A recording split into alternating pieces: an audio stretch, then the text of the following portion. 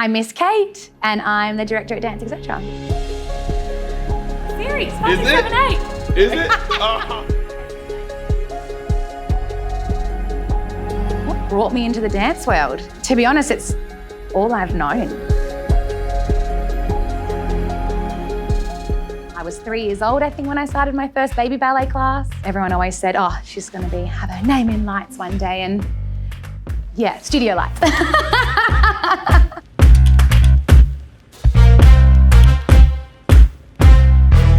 What inspired me to pursue this as a career would be, it's all I'm good at.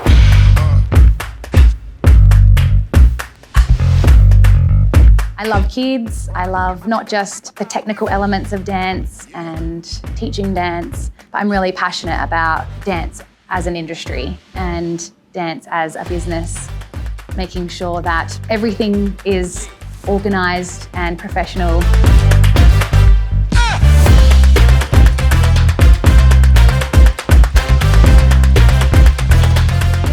So Dance Etc. started in 2010.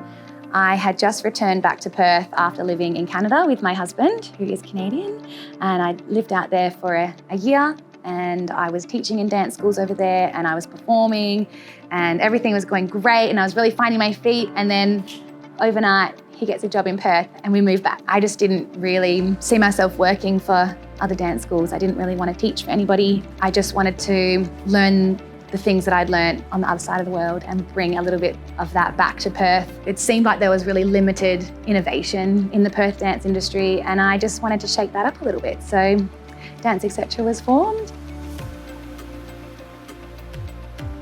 I remember we had 7 classes, and I think I had about 40 kids.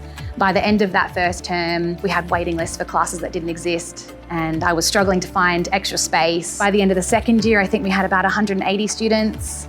And then by the end of the third year, I'm pretty sure I was closing in on 400 kids. We needed a bigger space. We needed a space that we could call our own.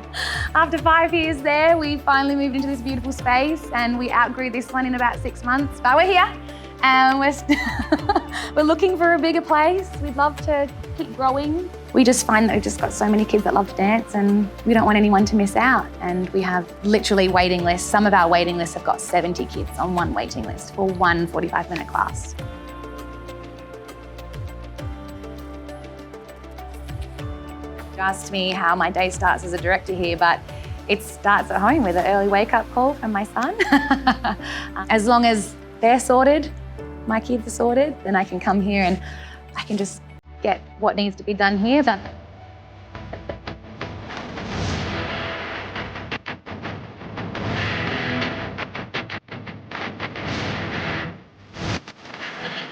Some days are straight away rhinestoning costumes, other days are cutting music.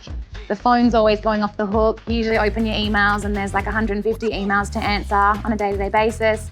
New students, current students, teachers. Oh my gosh, there is a lot to manage. There's over 150 classes here. We're closing in on about 2,000 enrollments. We've got a team of 40 teachers. It's busy. We're busy.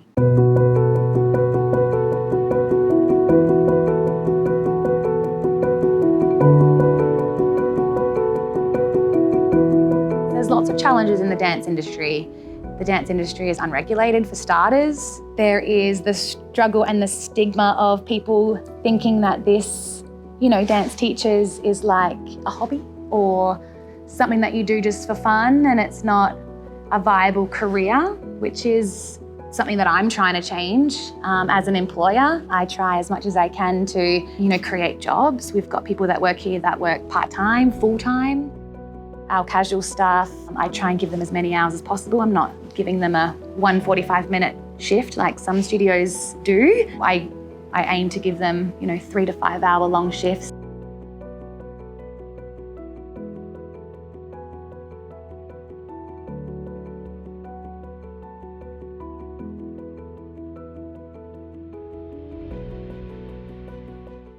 A memorable moment in my career, if I wasn't so old, I might be able to remember.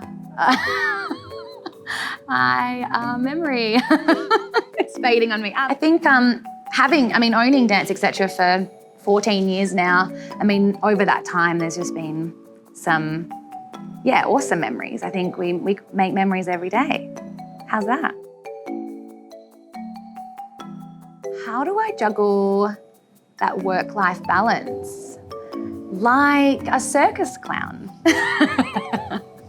No, seriously, I've got an awesome husband. I'm just gonna do that shout out. He's also our maintenance man, and he is our cleaner, and he is our security guard. But apart from that, we have a huge team of teachers. I absolutely couldn't do this all on my own. The way that I balance work life is by having an incredible team.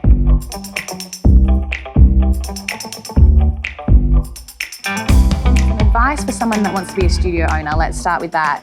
You have to have thick skin, because the majority of what I deal with it's tough. People are emotional beings, and you need to balance that with empathy and understanding and patience and love and, a sense of humility, which is it's not for everybody. In terms of what advice I would give to an aspiring young dancer, do it. I mean, what's holding you back? If it's something that you want to do, work really hard, obviously. Best advice, and I've never forgotten it. You can't just walk through the studio doors and just think it, works like osmosis. Like you just walk in and then all of a sudden, like you turn into an amazing dancer. You have to come in and actually do the hard work and put in the effort and show up, have the right mentality. Subscribe and follow our journey and see what it takes to run a crazy dance school. Do it. Why don't you? I dare you.